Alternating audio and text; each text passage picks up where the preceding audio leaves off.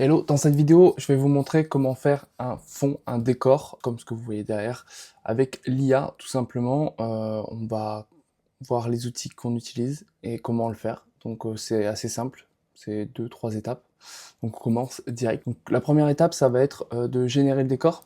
Donc pour ça, il y a deux options. Moi, j'utilise soit Midjourney, soit Kling. Donc en fait, sur Midjourney, c'est assez simple, il suffit de générer un prompt. Pour générer le prompt, bah, on va dire que vous pouvez vous baser sur ce que vous recherchez. Par exemple, moi, je voulais un truc assez minimaliste avec des plantes, voilà. Et donc après, vous pouvez totalement vous aider de ChatGPT. On peut partir de ça et après, on améliore le prompt. Hop,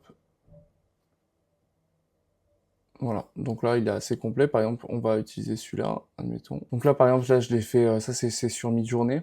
Voilà, j'avais testé plusieurs modèles. Tac, voilà, avec différents prompts.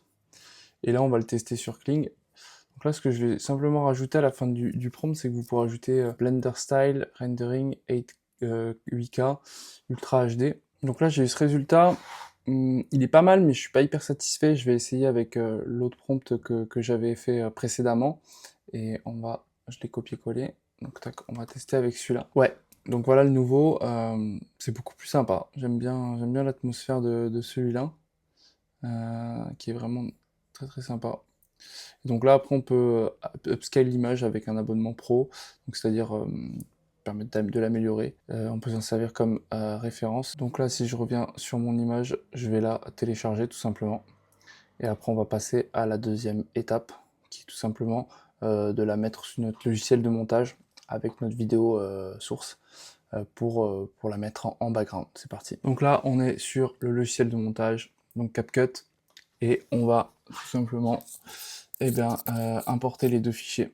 Donc là, je vais importer ma petite vidéo et mon arrière-plan. C'était le petit tuto pour pouvoir changer vos fonds pour vos vidéos YouTube. Bon là, pour le coup, j'ai fait très très simple, hein, rapide, efficace.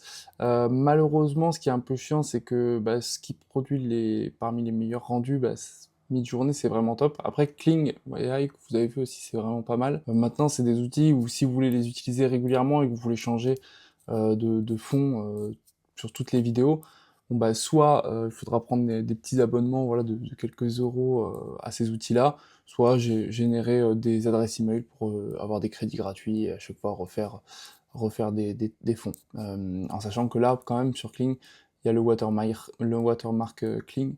Donc après, on peut cropper hein, pour l'enlever, mais voilà, c'est les petits trucs gênants, mais sinon, à part ça, c'est quand même pas mal utile. Voilà, j'espère que cette vidéo vous a plu. Abonnez-vous pour ne pas en rater d'autres sur l'utilisation des outils d'intelligence artificielle pour les créateurs de contenu.